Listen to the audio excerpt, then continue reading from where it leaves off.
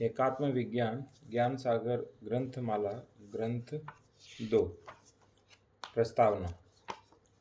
वर्तमान में विज्ञान शब्द की बहुत प्रतिष्ठा है। यह केवल शब्द नहीं है, यह संकल्पना है। हर बात में कहा जाता है कि वह वैज्ञानिक होनी चाहिए। वैज्ञानिक नहीं तो उसकी कोई प्रतिष्ठा नहीं। वैज्ञानिक पद्धति से वह सिद्ध होनी चाहिए। उदाहरण के लिए, घर में आंगन में तुलसी का पौधा लगाना वैज्ञानिक दृष्टि से सही होना चाहिए। पूजा घर में शंख, दीप, माला, भगवान की मूर्ति, पूजा की पद्धति आदि का वैज्ञानिक खुलासा होना चाहिए, तभी वे स्वीकार योग्य हैं। प्रातःकाल शीघ्र उठने का, सूर्यास्त से पूर्व भोजन करने का वैज्ञानिक महत्व होना चाहिए। संस्कृत भाषा का वैज्ञानिक महत्व होना चाहिए। भगवान का अस्तित्व भी विज्ञान द्वारा प्रमाणित होना चाहिए। यह विज्ञान क्या है? यह है भौतिक विज्ञान। सिद्ध करना क्या होता है? भौतिक विज्ञान की प्रयोगशाला में मापन के यंत्रों द्वारा मापन के सिद्धांतों और भौतिक क्रियाओं से सिद्ध होता है, खरा उतरता है, वही वैज्ञानिक है। अर्थात भौतिक विज्ञान ही विज्ञान है। हम अनेक स्थानों पर मनोविज्ञान की प्रयोगशालाएं देखते हैं। वहाँ मानसिक क्रियाओं को समझने के लिए, मनोव्यापारों को समझने के लिए, मनोविकारों का निदान करने के लिए, मनस्थिति का मापन करने के लिए यंत्र होते हैं। इन यंत्रों का स्वरूप और उनके द्वारा की जाने वाली परीक्षा का स्वरूप भौतिक होता है। अर्थात मन, चित्त, अहंकार आदि ये क्या भौगोलिक पदार्थों में रूपांतरित किया जाता है। भौतिक पदार्थ ये त्रुटि हो गया। भौतिक पदार्थों में रूपांतरित किया जाता है और उनकी चिकित्सा अथवा उनका अवलोकन किया जाता है। यह एक और तो समझ में न आने वाली बात है। दूसरी ओर जो समझ में आता है वह यह कि इस रूप में विज्ञान की संकल्पना बहुत ही एकदेशीय, अधूरी और साधारण स्वरूप की है। भारत में विज्ञान नामक संकल्पना का विकास हुआ। भारत के बौद्धिक क्षेत्र में विज्ञान संकल्पना की प्रतिष्ठा भी कम नहीं है। वेदों में, उपनिषदों में, दर्शनों में विज्ञान का विस्तार से प्रतिपादन किया जाता है। ज्ञानवान होने के साथ साथ विज्ञानवान होना बुद्धिमान व्यक्ति से अपेक्षित है। जिस विचारधारा से, जिस जीवन दृष्टि से आज का बौद्धिक प्रभावित हुआ है, उसमें भौतिक जगत के साथ ही विज्ञान अर्थात साइंस की संकल्पना को जोड़ा गया है। अंतःकरण, आत्मा आदि के साथ नहीं। आजकल mind science, spiritual science, social science, political science, home science, medical science आदि शब्दों का प्रयोग होता है। उनमें मेडिकल साइंस को छोड़कर शेष सब भारतीय शब्दों का अनुवाद है, जैसे कि मनोविज्ञान, आत्मविज्ञान, समाज विज्ञान आदि। परंतु ऐसा करने के बाद इन सभी क्षेत्रों में भौतिक मानदंडों से मूल्यांकन का संकट निर्माण हो गया। वास्तव में यह संकट बहुत गहरा है, बहुत भयजनक है। आजकल और एक आभासी बौद्धिक चर्चा आरंभ हुई है, वह है अध्यात्म और विज्ञान के समन्वय की। इसमें सावधानी यह रखी जाती है कि अध्यात्म और विज्ञान कदाचित तुल्य बल भले ही हों। विज्ञान की प्रतिष्ठा कम नहीं होनी चाहिए। आज के विज्ञान की जीवन दृष्टि द्वैत में ही विहार करने वाली है। इसलिए दोनों को अलग तो रखा जाता है और परस्पर सहिष्णु बनने के लिए कहा जाता है। समन्वय का स्वरूप जिगसा पजल्स को जोड़कर पूर्ण आकृति बनाने जैसा है। यह समायोजन है, समरसता नहीं। इस पार्श्वभूमि में विज्ञान का भारतीय अर्थ स्पष्ट करने के लिए, बौद्धिक विश्व में विज्ञान को सही समायोजित करने के लिए और उसके अर्थ को व्यापक परिप्रेक्ष्य देने के लिए इस प्रबंध ग्रंथ की रचना हुई है। एकात्मता का सिद्धांत कितना सर्वसमावेशी है, यह दर्शाने का यहाँ प्रयास किया गया है। स्पष्ट ही है कि इसे गीता और अन्य उपनिषदों का आधार है। अनेक गृहीत भारतीय शास्त्रों के ही हैं, फिर भी इसमें संस्कृत शब्दों का शब्दावलियों का उपयोग नहींवत किया गया है। किसी भी प्रकार के उद्धरणों का भी प्रयोग नहीं किया गया है। आत्म तत्व का स्वीकार यही एक मूल गृहीत है। बुद्धि प्रामाण्य के साथ ही शास्त्र प्रामाण्य भी है, परंतु अनुभूति प्रामाण्य सबसे अधिक आग्रह है। इसका अर्थ यह नहीं है कि लेखक के पास अनुभूति प्रामाण्य है। शास्त्र प्रामाण्य, शास्त्र श्रद्धा और बुद्धि प्रामाण्य अर्थात अनुमान प्रामाण्य ही प्रमुख है। स्वाभाविक है कि यह प्रस्तुति कच्ची है, परंतु बौद्धिक जगत के समक्ष यह प्रस्तुत करने का प्रयास श्रुति की भी हर युग में पुनः प्रस्तुति होनी चाहिए। प्रयास है कि श्रुति की भी हर युग में पुनः प्रस्तुति होनी चाहिए। पुनः प्रस्तुति का अर्थ परिवर्तन नहीं है।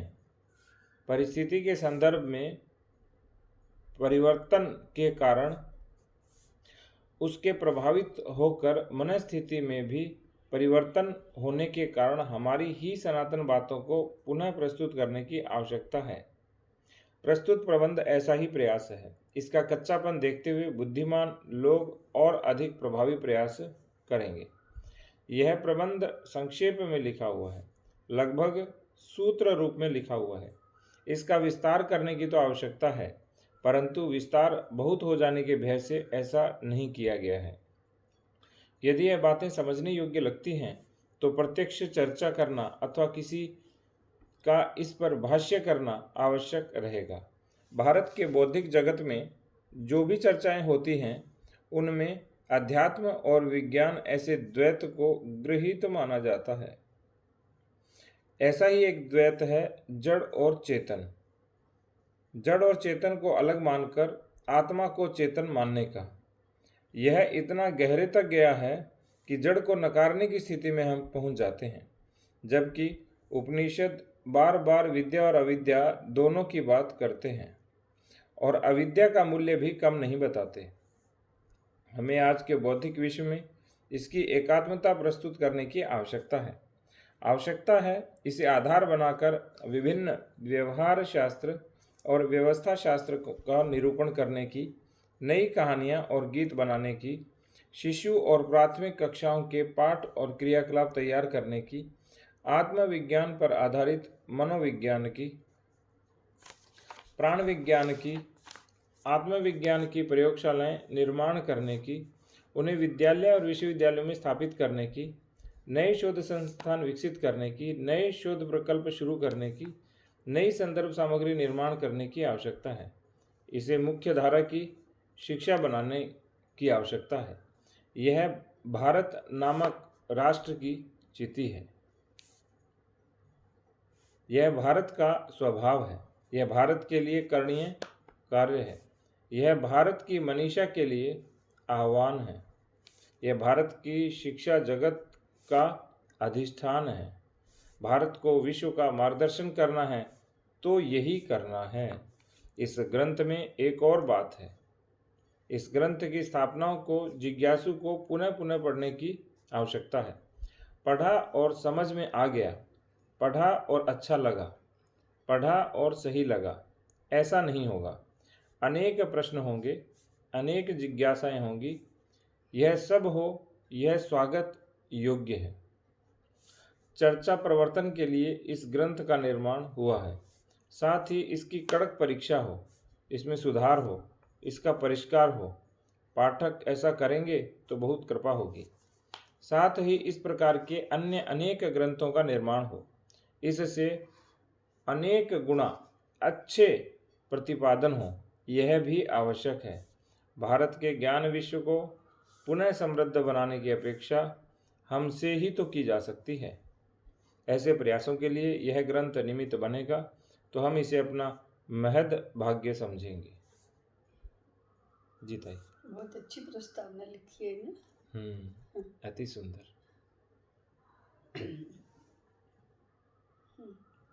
प्रस्तावना के बारे में ही बताइए। जी ताई, एक तो इसमें जो विषय आया कि द्वैत उनका ग्रहित है और आत्म तत्व का अधिष्ठान हमारा एकमात्र मूल ग्रहित है। वो एक ग्रहित करते करते कई ग्रहित मानते हैं, क्योंकि आधार मिल नहीं पाता तो फिर अलग अलग ग्रहित मानना पड़ता है। दूसरा, ये लेबोरेटरी का अनुसंधान नहीं है, ये हमारे बुद्धि प्रामाण्य है, शास्त्र प्रामाण्य है। हाँ, भौतिक विज्ञान की लेबोरेटरी का नहीं है। और आज भौतिक विज्ञान को छोड़कर और कोई प्रयोगशाला ही नहीं है। हाँ, दूसरी कोई प्रयोगशाला नहीं है। तो बुद्धि प्रामाण्य के साथ साथ शास्त्र प्रामाण्य, अनुभूति प्रामाण्य, शास्त्र श्रद्धा, अनुमान प्रामाण्य, इन सभी को हमारे यहाँ मुख्य रूप से माना जाता है। और कुछ लोग सोच रहे होंगे कि हम सिद्धांतों का पुनः प्रस्तुतिकरण करते हैं, जैसे पश्चिम में पूर्व के दर्शन शास्त्री को काट करके एक नया दर्शन प्रस्तुत किया जाता है। हम ऐसा नहीं कर रहे। हम देश काल परिस्थिति व्यक्ति वस्तु घटनाक्रम में परिवर्तन होने के कारण और संदर्भों में परिवर्तन होने के कारण, मनस्थिति में भी परिवर्तन होने के कारण उन्हीं सनातन बातों की आज की प्रस्तुति है। हाँ। और सबसे बड़ी बात है, हमारे यहाँ देवासुर संग्राम को सदा मान्यता रही है। विद्या अविद्या को बराबर की मान्यता रही है। दिन और रात दोनों का अपना महत्व है। हमारे यहाँ सूर्योदय की पूजा होती है तो सूर्यास्त की भी पूजा होती है। तो इस रूप में एक को बड़ा मानकर दूसरे को कम नहीं आंकना, अपितु समरसता बैठाना, समन्वय नहीं करना। पश्चिम की सबसे बड़ी समस्या है समन्वय करने की। वो समन्वय कभी दो विपरीत बातों में होता नहीं है। और एक अच्छा शब्द मिला, भारत नामक राष्ट्र की चिति, यानी मैं तो यही कहूँगा कि भारत ही चिति है, जिसे हम भारत कहते हैं।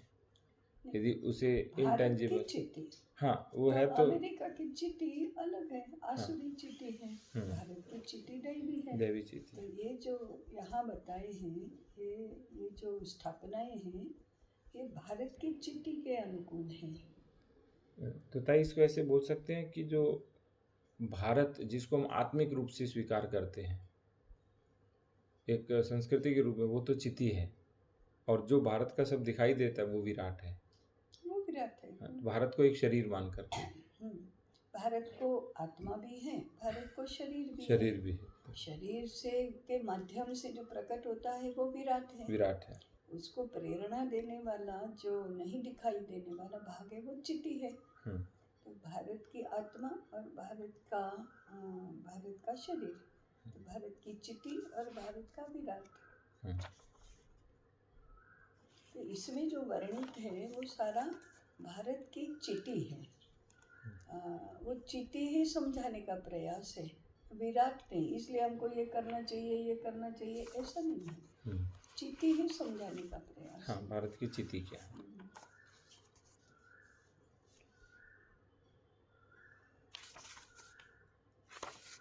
इसमें कुल 101 संकल्पनाएं हैं। उसके बाद आलेख और पुरुष सूक्त है। संकल्पनाएं तो ठीक है, बाद में तय करेंगे कि ये संकल्पनाएं हैं या क्या है। आप बताइए। 101 मुद्दे हैं, ऐसा हम कहें अभी तो चलेगा। मुद्दे थोड़ा सा विस्तार से समझाए हैं, बहुत विस्तार से नहीं समझाए हैं। मूल प्रस्थापनाएं हैं।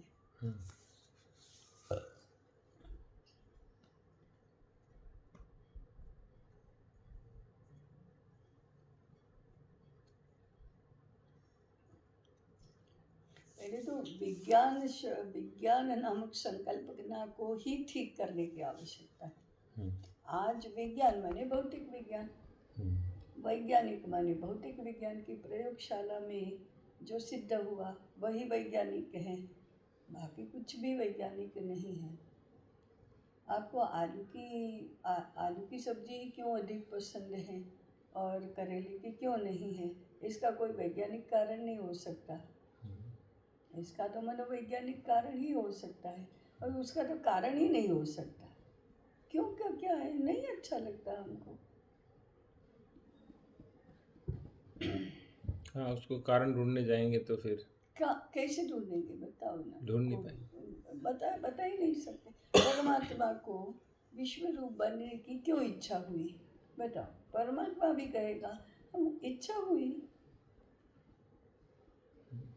इसका क्यों नहीं है, इसका क्यों का उत्तर ही नहीं है। कुछ का कारण ढूंढा भी नहीं जाता है। नहीं, क्योंकि कारण है ही नहीं, बस मर्जी है।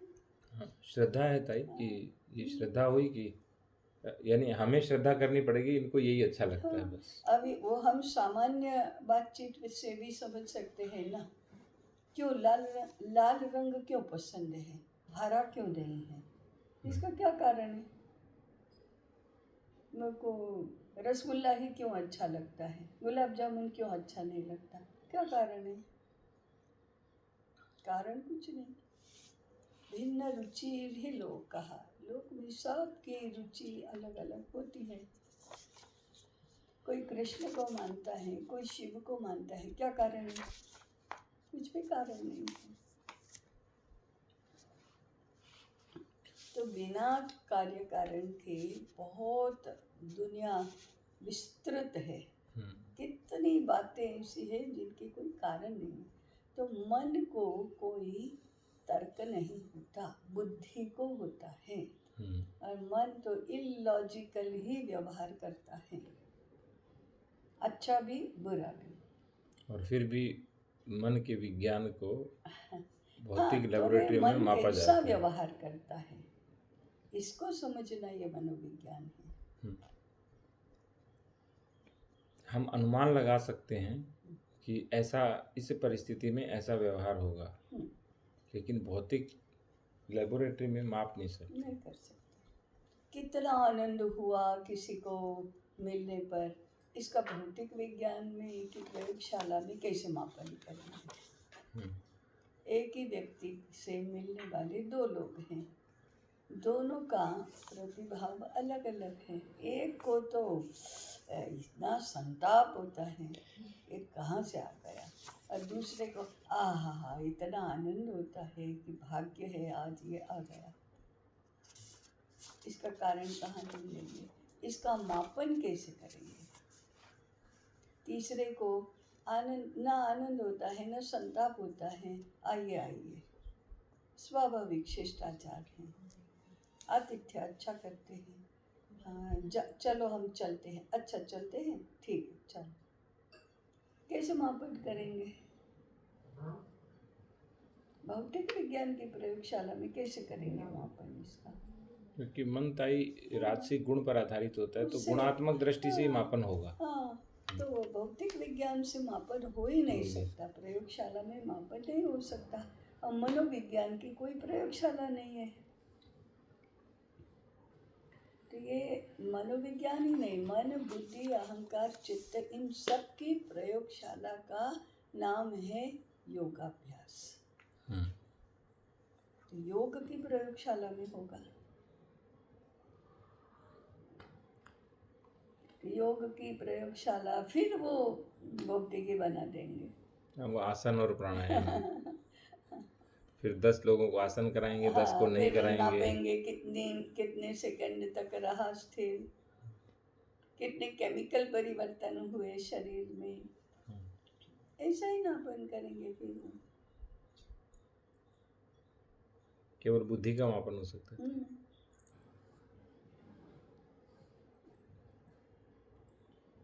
बुद्धि का मापन भी भौतिक विज्ञान से नहीं हो सकता।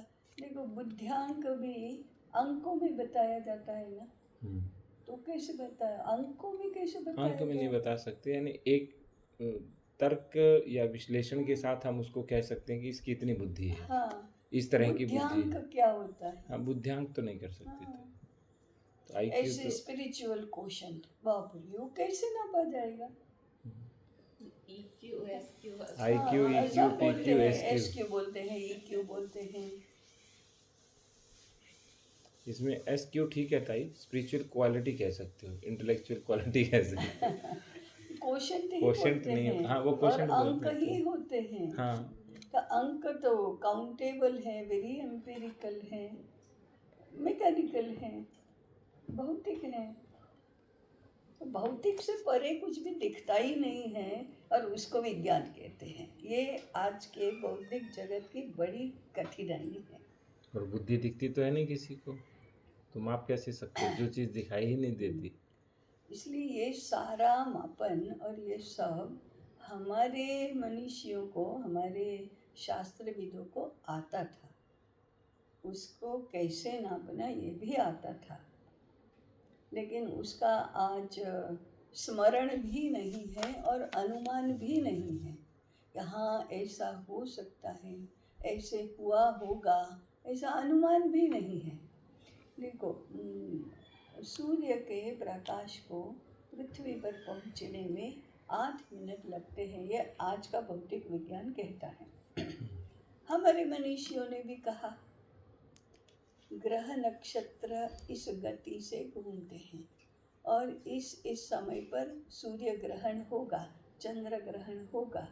ये तो हमारे मनीषियों को पहले भी पता था और इनसे तो अधिक अच्छी तरह से पता था और आज यंत्रों के माध्यम से पता है। सृष्टि संवत्सर 1,97,00,000 हमारे संकल्प में कहते हैं। आज भी नाप लगभग उसके बराबर आता है। यंत्रों से नापा। उन्होंने किससे नापा? जिन्होंने 1,97,कोटिः कहा, उन्होंने कैसे नापा होगा? उन्होंने योग विज्ञान की प्रयोगशाला। हाँ, या तो स्वीकार करो कि आज से भी बेहतर यंत्र थे उनके पास, यंत्र बनाना भी जानते थे, यंत्रों का प्रयोग करना भी जानते होंगे, तभी तो नापा। अगर आप कहते हैं कि यंत्रों के बिना होता नहीं, तो उनके पास यंत्र थे ऐसा बोलो, और यंत्र नहीं थे ऐसा कहोगे तो बिना यंत्र के जानने की कोई शक्ति थी। वो शक्ति कौन सी थी जिसका आप अनुमान भी नहीं कर सकते? लेकिन दो में से एक तो बुद्धिमान मनुष्य को स्वीकार करना पड़ेगा, या तो यंत्र से जाना या बिना यंत्र से जाना। ये तो आपके पास है अभी, या तो बिना यंत्रों के जाना या यंत्रों से जाना। यंत्रों से जाना कहोगे तो आपके पास जो यंत्र है वो उनके पास भी थे, कहाँ से आए? आपसे तो नहीं आए। वो तो उनकी बुद्धि से उन्होंने यंत्र बनाया भी और उसका उपयोग भी किया। तो आपसे तो बहुत पहले भारत के ऋषियों के पास यंत्र थे ऐसा बोलो। नहीं नहीं नहीं नहीं थे, ठीक है, नहीं थे तो बिना यंत्र के जानने की शक्ति थी।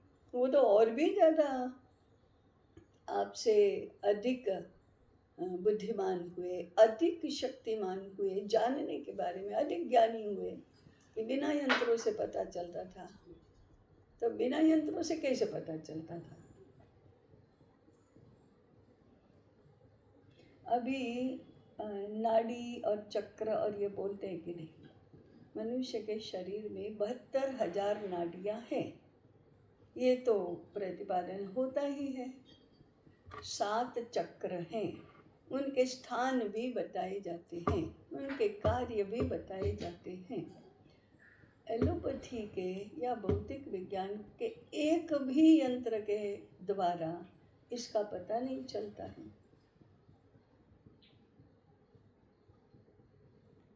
तो फिर पता कैसे चला?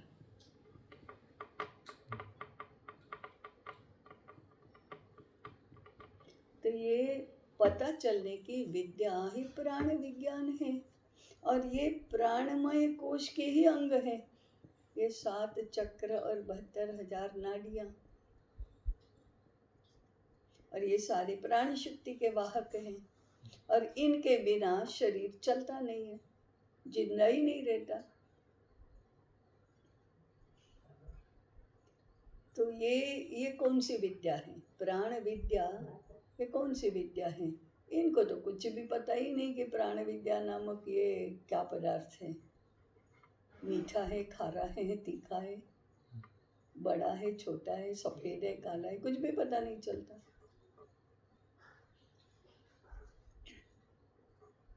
मनुष्य के शरीर का वर्किंग कैसा है ये मृतदेह के डिसेक्शन से कैसे जानेंगे?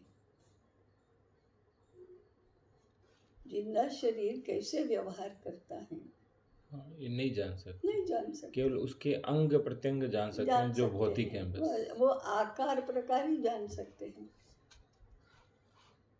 वो 1 मिनट में 72 धड़कन होती है, और गिनने से ही जान सकते हैं। ये बंद कैसे हुई कुछ पता है क्या? वो तो पता नहीं।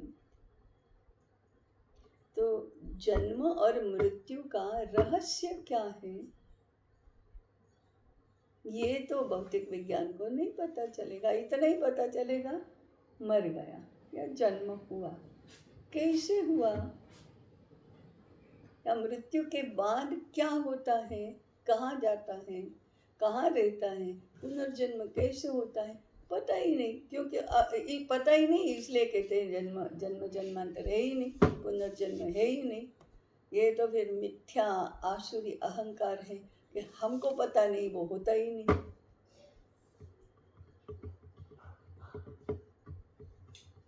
और उसको वैज्ञानिक बोलते हैं। क्या पता है? चक्र, अनाहत चक्र क्या है, कुछ पता नहीं।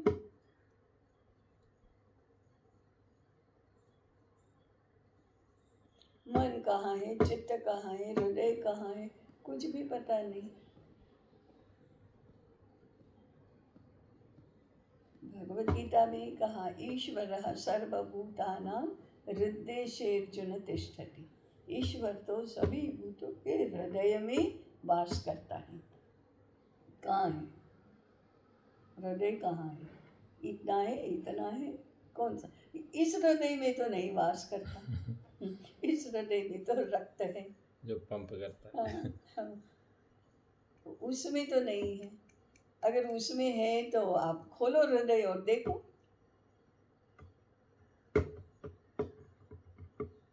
तो फिर कौन सा हृदय है?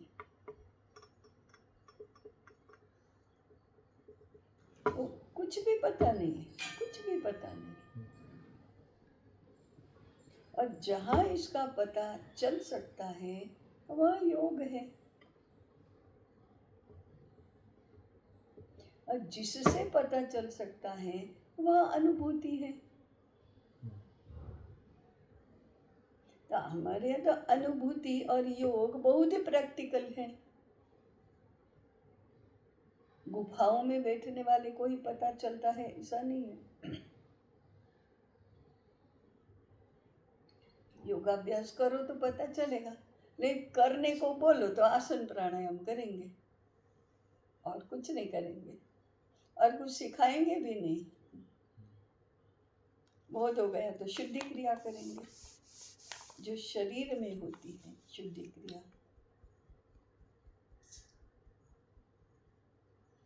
अब योग को विज्ञान कहना चाहिए, क्योंकि विज्ञान किसको कहेंगे? ऑब्जेक्टिव है, माने हर किसी को हो सकता है। लेकिन हर किसी को माने जो करेगा उसको मिलेगा, तो पढ़ेगा उसको आएगा ना, पढ़ेगा ही नहीं, अभ्यास करेगा ही नहीं, जानेगा ही नहीं तो नहीं आएगा। लेकिन जो भी जानेगा उसको आएगा।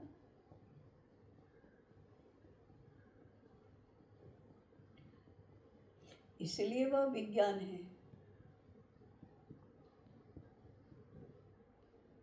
इसीलिए उस गृहिणी ने बोला कि मैं मेरे स्वामी की सेवा कर रही हूँ, ये योग है मेरा। ये योग है, क्योंकि हमारे यहाँ कर्म भी योग है। हाँ योग है। योग का संबंध अंतःकरण से है, बाह्य शरीर से नहीं है, भौतिक शरीर से नहीं है। केवल भौतिक शरीर को योगाभ्यास करने के लिए अनुकूल बनाना, इसके लिए आसन और प्राणायाम है। बाकी असली कोर ऑफ योग इज नॉट आसन प्राणायाम, वो तो ध्यान है, समाधि है।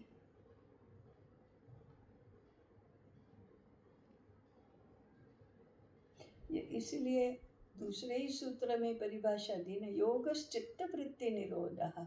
शरीर को वश में करो नहीं कहा, चित्त वृत्तियों का निरोध करो। तो परिणाम क्या होगा? तदा द्रष्टुः स्वरूपे अवस्थानम। द्रष्टुः माने जो परमात्मा है, उसके स्वरूप का उस स्वरूप में स्थित हुआ जाता है। ये तो योग का फल है। फिर वो कैसे प्रक्रिया होती है, योग क्या है और योग से क्या प्राप्त होता है, इस बीच की यात्रा सारे सूत्रों में बताई गई है।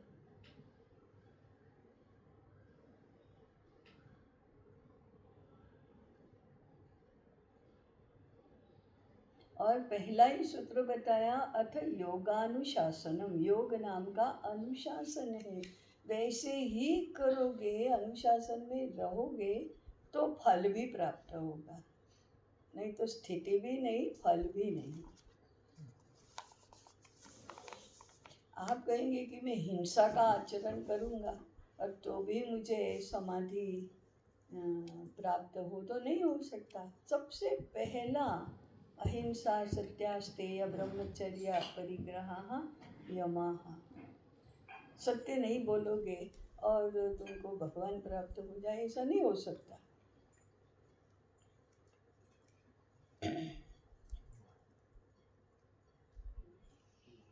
तो इनको तो आसन प्राणायाम करके भगवान को कहाँ प्राप्त करना है? उनको तो करियर बनाना है।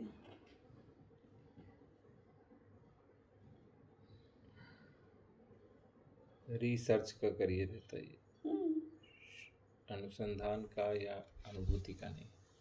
हमारा तो अनुसंधान तो ही शब्द सही नहीं है, अनुभूति ही सही है। अनुभूति सही, इसलिए निधिध्यासन है। इसलिए वो रिसर्च खेल रहे हैं। वो तो बड़े बालू के घर बनाने की प्रक्रिया है।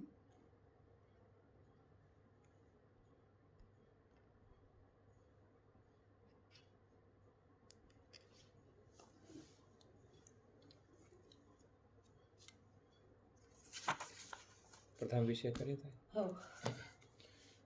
विषय एक। इस विश्व का मूल एक है। यह विश्व एक है। एक से ही वह अनेक होता है। अनेक का अर्थ है जो एक नहीं वह, परंतु इसका अर्थ 2, 3, 5, 50 या असंख्य ऐसा नहीं होता। अब यह एक नहीं है का अर्थ है वह एक ही है, परंतु दिखाई देता है एक नहीं ऐसे रूप में।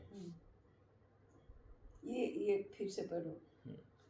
अब यह एक नहीं है का अर्थ है वह एक ही है, परंतु दिखाई देता है एक नहीं है, एक नहीं ऐसे रूप में। मूल तो एक ही है, भले ही 5 दिखाई देते हो। 5 होंगे तो अब कहेंगे एक नहीं है, तो अनेक के रूप में दिखाई दे रहे हैं, परंतु मूल तो एक ही है। बस जो प्रतीति है वो अनेक है एक ही। लड्डू इतना बड़ा है, उसके 5 लड्डू बना दिए, हम क्या कहेंगे? अब 5 हैं। मूल भी तो एक ही है।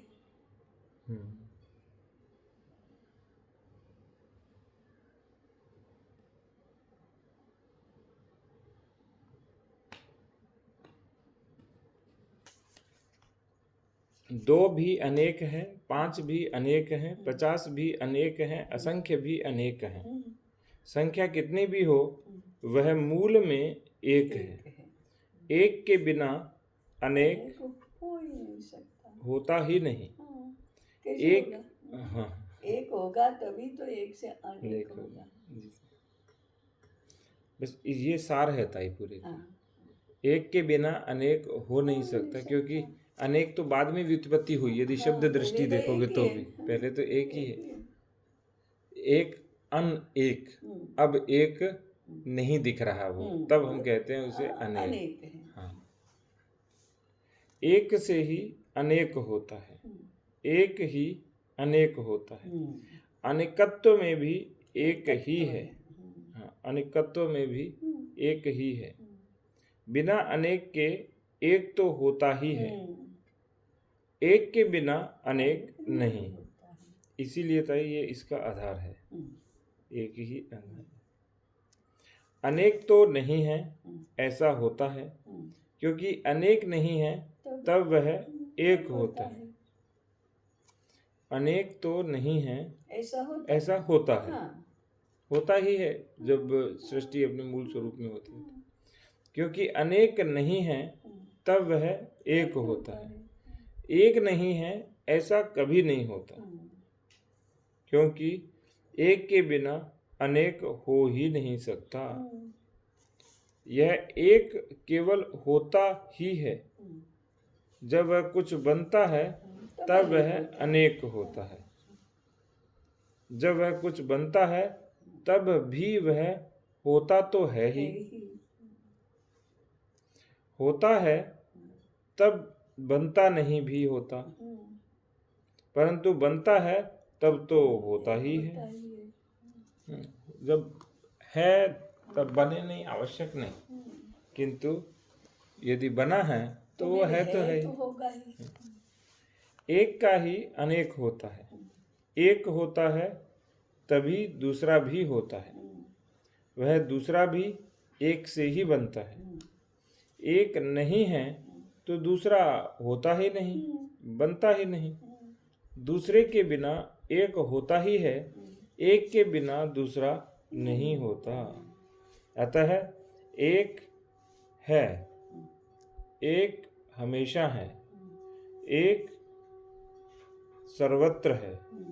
एक से ही अनेक है, अनेक में एक है।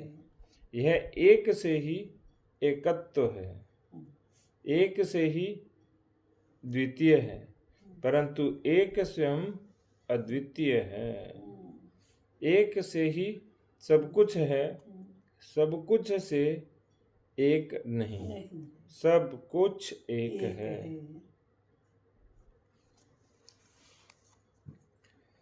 इतना सुंदर समझाया था। मूल एक है और वो है, बस वो है, नहीं है ऐसा नहीं होता। हाँ कभी। हाँ। क्योंकि ये तो आपको जैसे हमने शुरू में बात की, एक तो गृहीत है ही कि आत्म तत्व हमें स्वीकार करना होगा। तो उस एक का नाम हमने आत्म तत्व कहा। हाँ, कि एक है, वो क्या है? आत्म तत्व। हाँ वो ब्रह्म है। हाँ, वो आत्मा कहो, ब्रह्म कहो, चेतना कहते हैं कुछ लोग, कुछ ईश्वर कहते हैं, ईश्वर कहो, कहते हैं, भगवान, सीधे साधे लोग भगवान भगवान कहते हैं। तो भगवान एक है, एक है। सब कुछ भगवान है। वो तो सामान्य लोग भी कहेंगे हाँ भाई सब कुछ भगवान ही है। भगवान मानो तो भगवान है। एक है, वो चाहे दिखाई दे या न दे, ये भी आना चाहिए था ये ना। और जब दिखाई देता है तो सृष्टि है, जब दिखाई नहीं देता तो मूल स्वरूप भगवान स्वरूप के अंदर है। और जब योग की प्रयोगशाला में जाएंगे तो वो एक भी दृष्टिगोचर होगा, और भौतिक विज्ञान की प्रयोगशाला में जाएंगे तो उस एक का अनेक दृष्टिगोचर होगा, लेकिन मूल में एक दृष्टिगोचर नहीं होगा। वो अनेक को मानेंगे, एक को नहीं मानेंगे।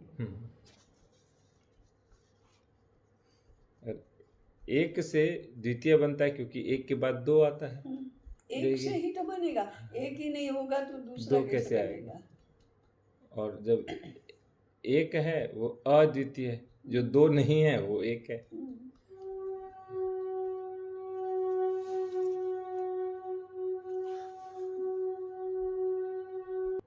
बार बार पढ़ना होगा था। विषय 2, अव्यक्त एक। यह एक अव्यक्त है। अभी आपने कहा दिखाई नहीं देता है तब वह एक है, अव्यक्त है। जब वह अव्यक्त है तब उसका कोई परिमाण नहीं। जैसे आज जो गॉड पार्टिकल नपैया करने में लगे थे इसका कोई डायमेंशन होगा ही नहीं। इसीलिए इसको अनंत, अनादि, सर्वव्यापक, नेति नेति बोलते हैं।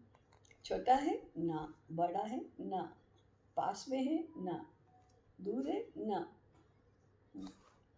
न इति न इति। क्योंकि ताई जो हाँ है वो सृष्टि में है, वो दिखने वाला तत्व है, और जो ना है वो सबका निगेशन करके जो अस्तित्व बचता है वो है। थोड़ा उसका ऐसा भी है कि हमारे ही चिंतन में दोनों उत्तर हैं, न इति न इति और इति इति, ऐसा भी है। पास है क्या? हाँ है ना, क्योंकि सर्वत्र है तो पास तो है ही। दूर है क्या? हाँ दूर है। बड़ा है क्या? हाँ। छोटा है क्या? हाँ। अणोरणीयान महतो महीयान, जो सबसे छोटा हम कल्पना कर सकते हैं, उससे भी छोटा लेकिन है, छोटा है। महतो महीयान, जो सबसे बड़े की कल्पना करते हैं, उससे भी बड़ा। तो बड़ा भी है, छोटा भी है, अच्छा भी है, बुरा भी है। अच्छा है क्या? नहीं। बुरा है क्या? नहीं। तुम शरीर हो क्या? नहीं। तुम शरीर नहीं हो क्या? हाँ हूँ। दोनों ही उत्तर। तो आप इति इति इति का एक विचार है, नेति नेति नेति का दूसरा विचार है। दोनों धाराएं तत्व ज्ञान में चलती हैं। इसलिए मनोबुद्धि अहंकार चित्तानि नाह, मैं मन नहीं हूँ, बुद्धि नहीं हूँ, अहंकार नहीं हूँ, चित्त नहीं हूँ, शरीर नहीं हूँ, इंद्रियां नहीं हूँ, चिदानंद रूपः शिवोहम शिवोहम, ऐसा शंकराचार्य ने कहा। तो नेति नेति नेति वो सब निवृत्ति मार्ग ही है। ये पूरा का पूरा जो मैं ये नहीं हूँ, ये नहीं हूँ, ये नहीं हूँ, ये तो सब मिथ्या है, ये तो सब आभास है। और जब मुझे लगता है कि मैं देह हूँ तो वह अध्यास है, देहाध्यास। जो नहीं है वह लगने लगता है, वह अध्यास है। लेकिन भगवद गीता में, सभी उपनिषदों में, हाँ मैं मन भी हूँ, बुद्धि भी हूँ, मैं शरीर भी हूँ, मैं ही खाता हूँ, मैं ही सोता हूँ, मैं ही सब करता हूँ, मैं ही जानता हूँ, सब कुछ मैं हूँ। अरे भगवान ही विश्वरूप हुए, बने आत्म तत्व ही विश्वरूप हुआ, तो वो तो आत्म तत्व तो है सर्वत्र, तो है। नहीं नहीं नहीं नहीं नहीं। लेकिन आप नहीं नहीं पकड़ेंगे और बीच में ही है डालेंगे कि ये तो नहीं है लेकिन ये तो है, तो नहीं चलता। Be consistent. है करने लगे तो बीच में ना ये तो नहीं हूँ, ऐसा नहीं चलता। तो इति इति तय प्रवृत्ति मार्ग है, नेति नेति निवृत्ति मार्ग। निवृत्ति मार्ग है, और दोनों मार्ग समान रूप से प्रतिष्ठित हैं हमारे यहाँ। प्रवृत्ति मार्ग के आदर्श हैं राजा जनक और श्री कृष्ण स्वयं। निवृत्ति मार्ग के हैं शंकराचार्य। और फिर भी निवृत्ति मार्ग का अवलंबन करके भी वो अखंड पुरुषार्थ किया उन्होंने।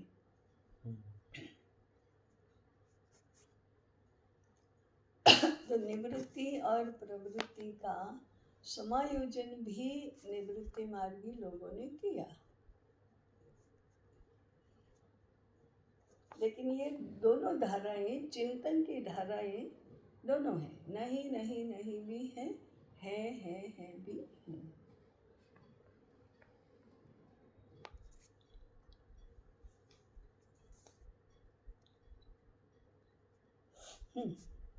जी। तो ऐसा भी नहीं है कि निवृत्त हो गए तब पुरुषार्थ नहीं करेंगे। और अब ताई थोड़ी विपरीत स्थिति हो गई है, जैसे निवृत्त मानता है अब मैं कुछ नहीं करूँगा।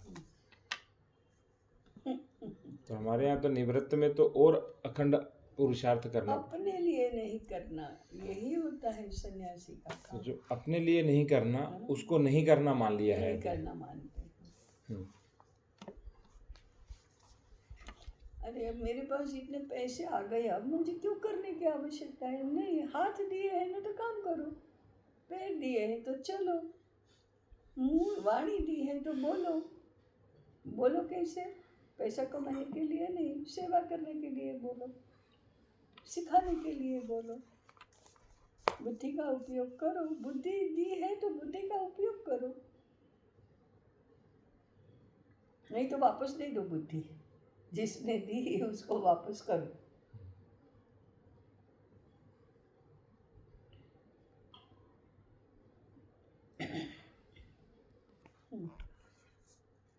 अव्यक्त का अर्थ क्या है? वह ज्ञानेंद्रियों से संवेद्य नहीं है, अर्थात वह दिखाई नहीं देता, सुनाई नहीं देता, उसे सूंघ नहीं सकते, उसे छू नहीं सकते, न उसका कोई स्वाद है। वह मनोगम्य नहीं है, उसकी कल्पना नहीं कर सकते, वह बुद्धिगम्य नहीं है, उसे छोटा या बड़ा, अच्छा या बुरा, पास या दूर, गतिमान या स्थिर ऐसा कुछ भी नहीं कह सकते। उसका कोई परिवर्तन नहीं होता, वह नहीं है ऐसा नहीं हो सकता, उसमें कोई विकार नहीं है, वह ऐसा अपरिवर्तनशील, अविनाशी, अजर, अमर, अगतिमान है। इसीलिए उससे जो भी कुछ गतिमान, विकारी, विनाशी, परिवर्तनशील वह बनता है, वह स्वयं भी यदि ऐसा होता तो जो भी कुछ विकारी आदि है उसका आलंबन नहीं हो सकता। इसलिए अनेक के लिए तो अनेक विशेषण हो सकते हैं, अनेक प्रकार से उनका वर्णन किया जा सकता है, परंतु उस एक का कोई विशेषण नहीं है, उसका कोई वर्णन नहीं हो सकता। उसके लिए तो नहीं है, नहीं है ऐसा ही कहना पड़ता है। यह अव्यक्त व्यक्त होता है तब उसके नाम होते हैं, विशेषण होते हैं। यह एक सभी नामों से, विशेषणों से, वर्णनों से परे है, क्योंकि वह अव्यक्त है। हमने उसे कहा है, वह हम बुद्धि से समझ सकें इसलिए दिया है। वह बुद्धि की समझ से भी परे है, तब भी हमें समझना तो पड़ता बुद्धि से ही है। बुद्धि से परे तो केवल वह केवल है। हाँ, बुद्धि से परे उसकी अनुभूति होती है, परंतु वह अव्यक्त को अव्यक्त की अनुभूति है। अव्यक्त की अव्यक्त के रूप में अनुभूति है। क्योंकि हमारा जो अव्यक्त है वो उस अव्यक्त की अनुभूति करता है, और हम अपने अव्यक्त तक तब जाएंगे जब चित्तस्य वृत्ति निरोध योग तक जाएंगे। क्योंकि हम अपने अव्यक्त तक नहीं पहुंचे और हम कहें अव्यक्त का पता लगाओ, तो कैसे पता लगेगा? नहीं पता, इसलिए समझना तो बुद्धि से ही पड़ता है हमको। इसलिए फिर नाम देते हैं कि कुछ तो आलंबन होना चाहिए, नहीं तो कैसे समझेंगे।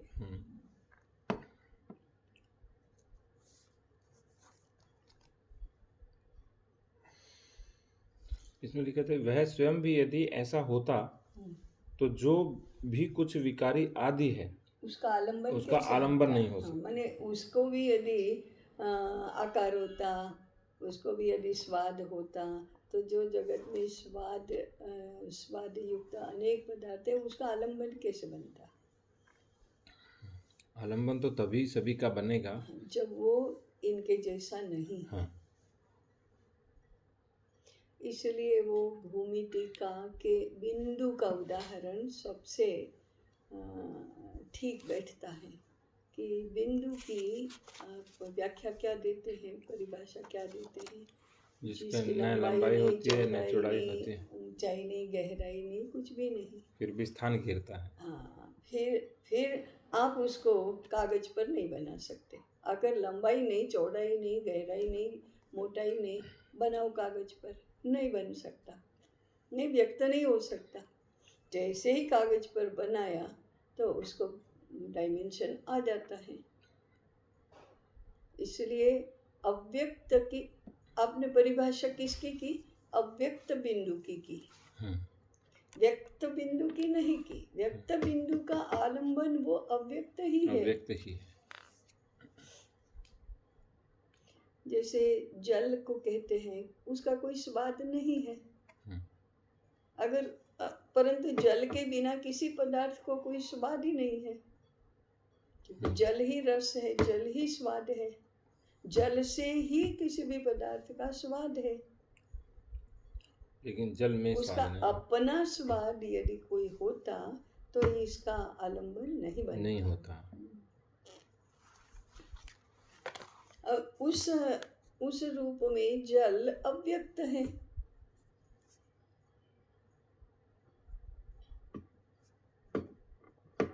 जो दिखाई देता है वो तो जिह्वा को नहीं दिखाई देता, आंखों को दिखाई देता है।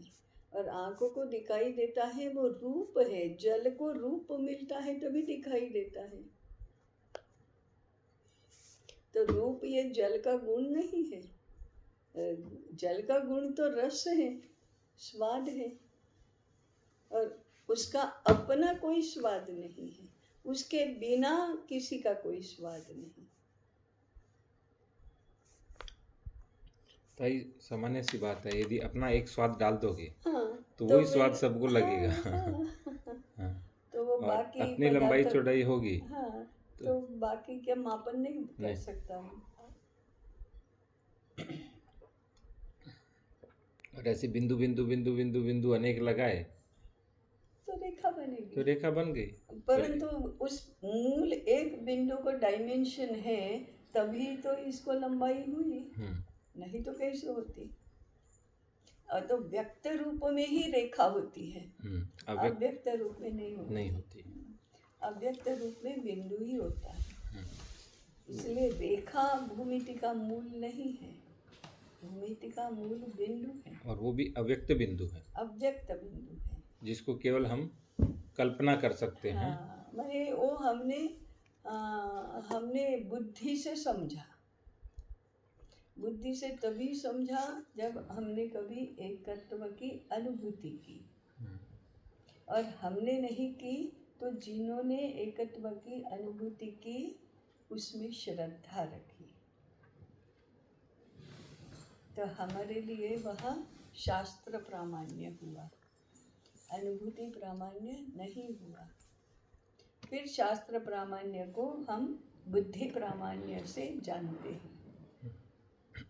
पहले तो आप्तवाक्य प्रमाणम ही हुआ ना, कि जिसको एकत्व की अनुभूति हुई उसने कहा अरे सब एक है, तो हमने माना। फिर बुद्धि लागू की और बुद्धि से समझने का प्रयास किया कि हाँ ठीक है, जल को अपना स्वाद तो नहीं होगा, तभी तो संसार के सारे पदार्थों का स्वाद हम जान सकेंगे।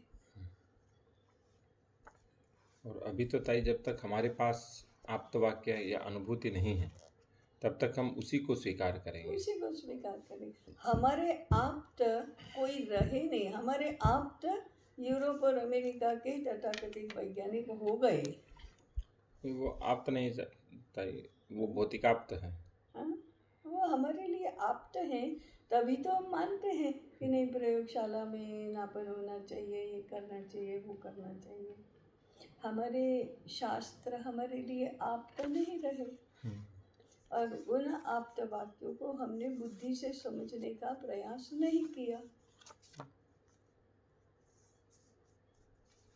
तो हम बुद्धि प्रामाण्य भी नहीं, शास्त्र प्रामाण्य भी नहीं, अनुभूति प्रामाण्य भी नहीं, तो हमारा केवल इंद्रिय प्रमाण रहा। हमारे पास केवल इंद्रिय प्रमाण है, और फिर केवल इंद्रिय प्रामाण्य से होता नहीं, तो बुद्धि प्रामाण्य उनकी ही बुद्धि लागू की, और उसके लिए जो शास्त्र चाहिए वो उनके ही वैज्ञानिकों के शास्त्र हैं, जिनको हम बुद्धि श्रद्धा से मानते हैं, बुद्धि से समझते हैं, अस्वीकार करते हैं। तो ना हमारे पास अनुभूति प्रामाण्य है, ना आप्त वाक्य प्रामाण्य है। हमारी बुद्धि के लिए यूरोप अमेरिका के वैज्ञानिक ही प्रमाण हैं।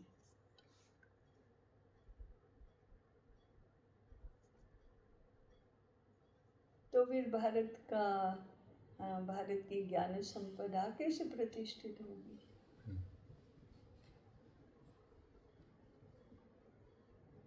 हमारे लिए वह आप्त भी नहीं है और अनुभूत भी नहीं है।